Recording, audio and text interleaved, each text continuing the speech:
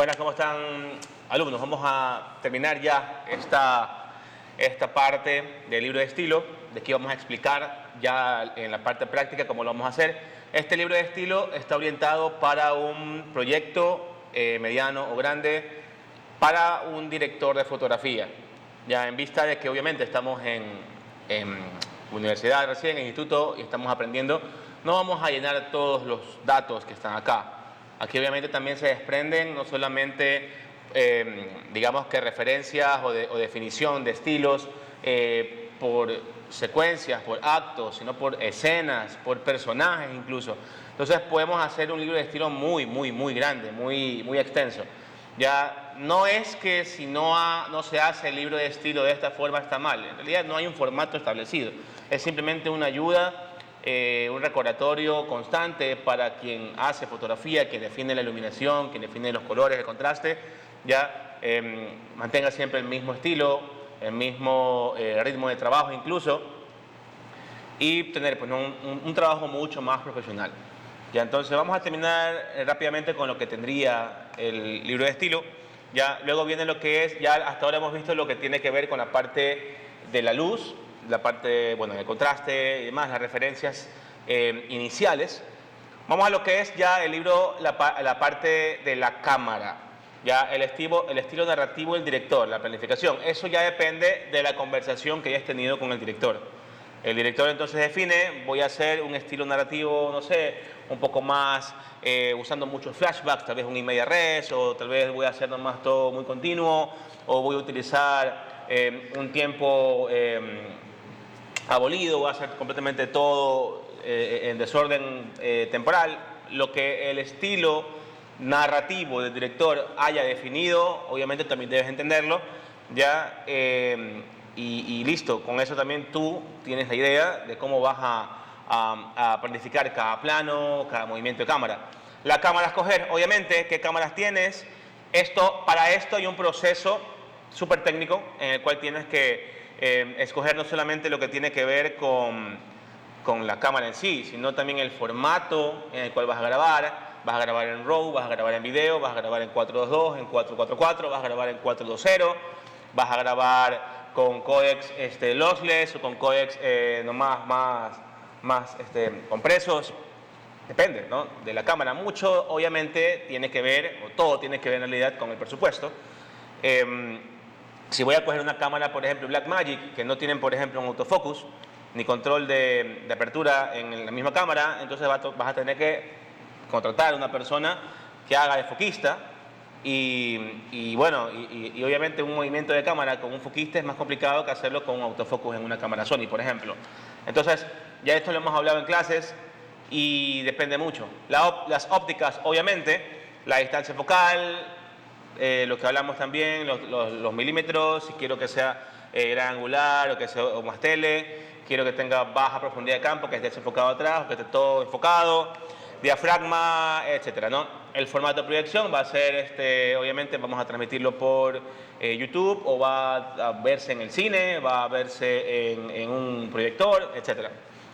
El manejo de la cámara, vamos a hacer muchos movimientos de cámara, planos estáticos, vamos a utilizar Steadicam, vamos a utilizar grúas nomás, vamos a utilizar solamente un simple trípode, ya vamos a usar travelings, dollies, todo eso lo defines, ¿no?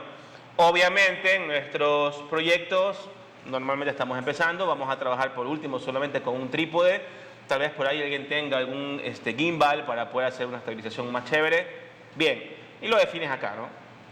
Aquí más que nada, en la parte anterior, como decía, más que nada se define ya la parte técnica de la cámara, que vamos a utilizar, lo que contamos. Ya la composición, la altura de la cámara, si vamos a hacer algo mucho más clásico, algo más moderno, vamos a utilizar algo más oriental, occidental, vamos a trabajar, no sé, con movimientos, por ejemplo, con planos de secuencia, súper largos o más cortos, etcétera. El problema es que esto normalmente no lo defines para todo el proyecto, no lo defines por secuencias o por escenas. Entonces, digamos que vas a poner un estatuto general, ¿no? Vamos a trabajar todo normal, moderno o clásico, por ejemplo.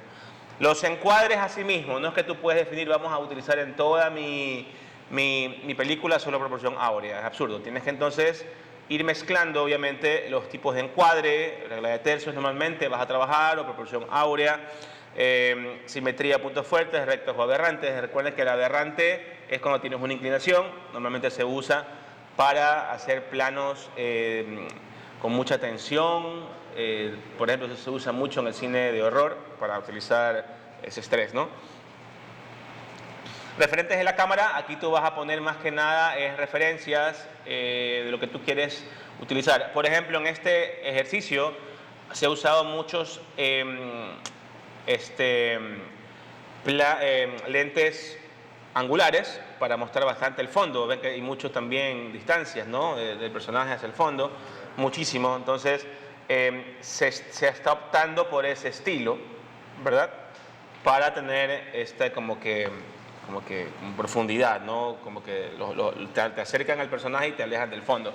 Ya tal vez algún tipo de corto de horror, de película de horror, etcétera. Por ejemplo, muy dramático. Iluminación por espacios y secuencias. Depende la cantidad de espacios que tenga. Si yo tengo 30 escenas en un capítulo de una serie, ¿verdad? Y tengo, qué sé yo, 25 lugares, locaciones, por cada una debería trabajar yo este libro de estilo. Ya no diría ni siquiera por escena, porque hay, no, por lugar y aparte por escenas, porque por ejemplo yo tengo un lugar en el cual tengo un momento súper ameno, divertido, familiar, entonces voy a utilizar un tipo de iluminación diferente a que si en el mismo lugar hay otra escena en la cual ocurre un asesinato, debo entonces ya jugar con eso, ¿no? Moverla, hacer cambios de movimiento de cámara, hacer cambios de lentes tal vez, hacer cambios de iluminación, contrastes, etcétera. Entonces, por cada espacio o secuencia, en el caso de nuestra historia, nuestro deber final, va a ser solamente uno, así que no hay problema. Pero tú defines la descripción de cada lugar, cómo es el lugar, qué pasa allí, ventajas e inconvenientes, no hay mucha luz, hace mucho calor, la descripción del lugar. Ya la atmósfera actual, el estilo, ¿verdad?, que tú vas a utilizar en el lugar, pueden ser varios de cada lugar, como dije.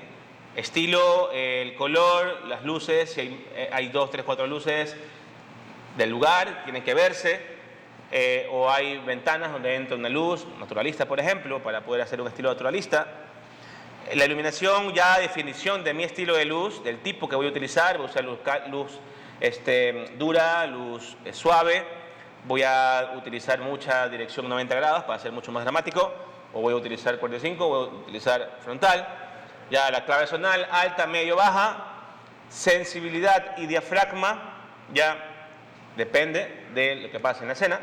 Y por último, el ratio de contraste. Si voy a hacer algo súper dramático, normalmente voy a hacer algo con mucho contraste, y si hago algo muy bonito, romántico, voy a quitarle un poco de contraste al plano, ¿verdad? Ejemplos de decorados, ¿no? Por cada lugar tú defines ahí el decorado, fotos del lugar, por ejemplo, con la persona, sin la persona, cómo se vería ya tal vez con colorimetría.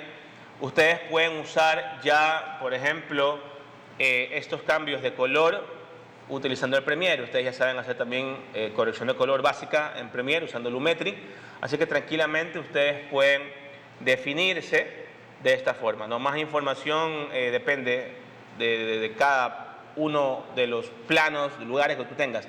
En el caso del examen, digamos, ustedes van a tener solamente un decorado, entonces habría nomás que hacer un plano general, un plano con una persona y ver luego cómo se vería colorizado, ¿verdad? Lo mismo acá.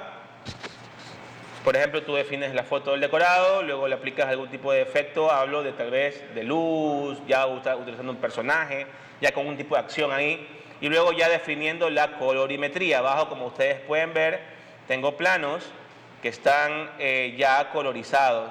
La idea es que este color se mantenga. La idea es que sean, como ven, sombras bastante frías, tiradas a los violetas, y highlights bastante cálidos. En este caso, ¿no? Si fuese el caso, en realidad, también de su estilo.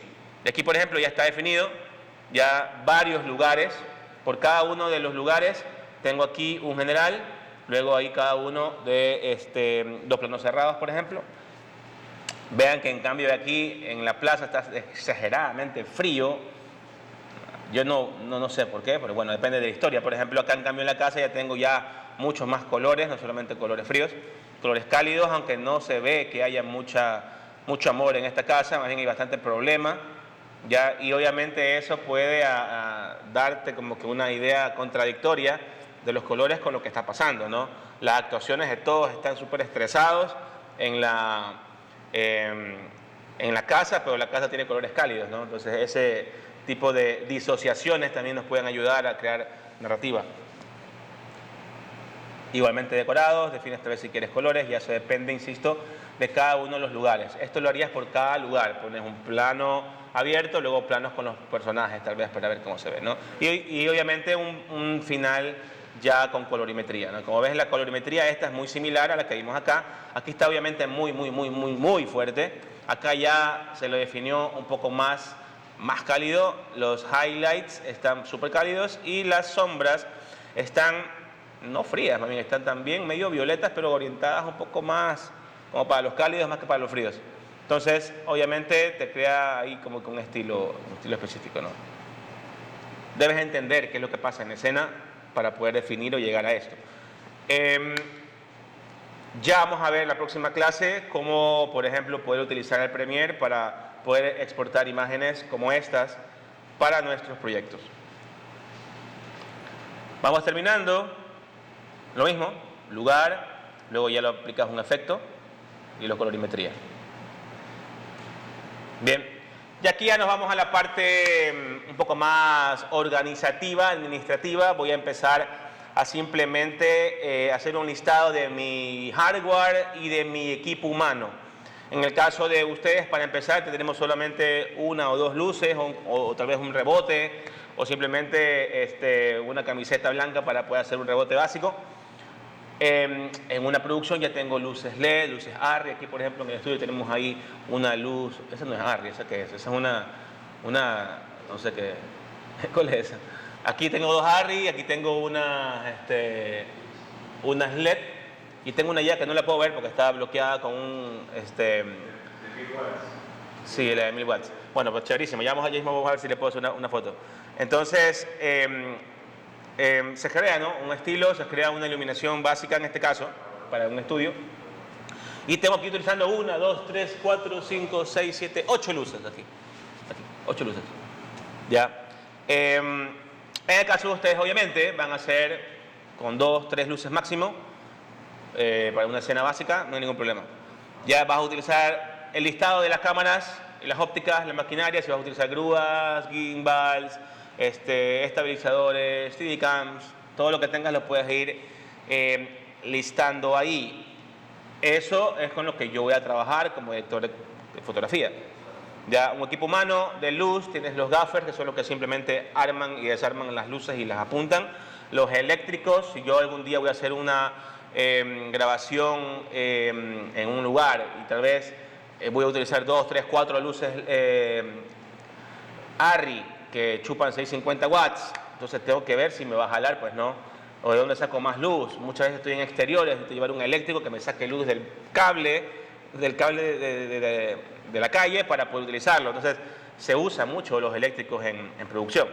Ya, operadores de cámara o Steadicam, o lo voy a hacer yo, ayudante para siempre, para moverte los cables, el auxiliar que te va a estar revisando tal vez que todo esté bien, tal vez un script que te vea que todo funcione igualmente, video assist, los monitores, y el descarga de material y LUTs. Ahí ya trabajo, por ejemplo, con alguna cámara de cine, debo yo descargar normalmente rápido para que no se llene el disco duro, y voy a descargar una computadora y lo voy subiendo a la red, por ejemplo. Maquinistas o etalonadores, el etalonador no va a estar en el colorista, digamos, el etalonador no va a estar en producción, pero está bien, hay que contarlo porque él es parte del proceso. ¿Ya? Nuevamente ya como que defines por método de secuencias por campos, por planificación, ya esto depende de cómo tú hagas o definas o dividas tu proyecto. Como lo dije hace un rato, pueden ser por actos. El primer acto va a ser todo muy bonito, el segundo acto va a ser ya destrucción, muerte, y el tercer acto ya es la redención, y puedes diferenciar los colores de cada acto. Entonces, puedes cambiar tranquilamente de estilos. Ya, diagrama de posición de las cámaras, tipos de luces y color a poner en el aparato. Por ejemplo, voy a mostrarles un diagrama súper básico, pero también otro súper complejo.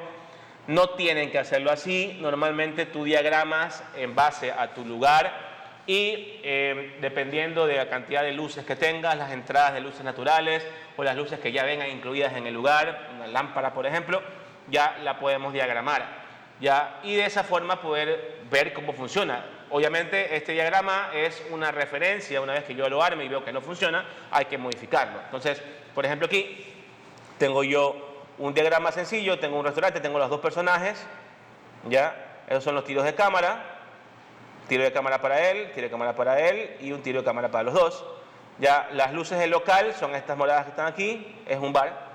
Las luces que vamos a publicar nosotros están acá de rojo, unas Dinky Straw, el tipo de luz, ya, carísimas, colores, etcétera, ¿no? Por ejemplo, algo súper básico, tú defines nomás ahí cómo lo vas a hacer. ¿Para qué te sirve esto? Para recordar, si algún día vas a volver a hacer una grabación en el mismo lugar, debes hacerlo lo más parecido posible, ¿no? A menos que obviamente cambie, ¿ya? Debe haber continuidad en cada escena diferenciadora, a la vez un día pasa una cosa, otro día otra, pero debe tener la misma iluminación.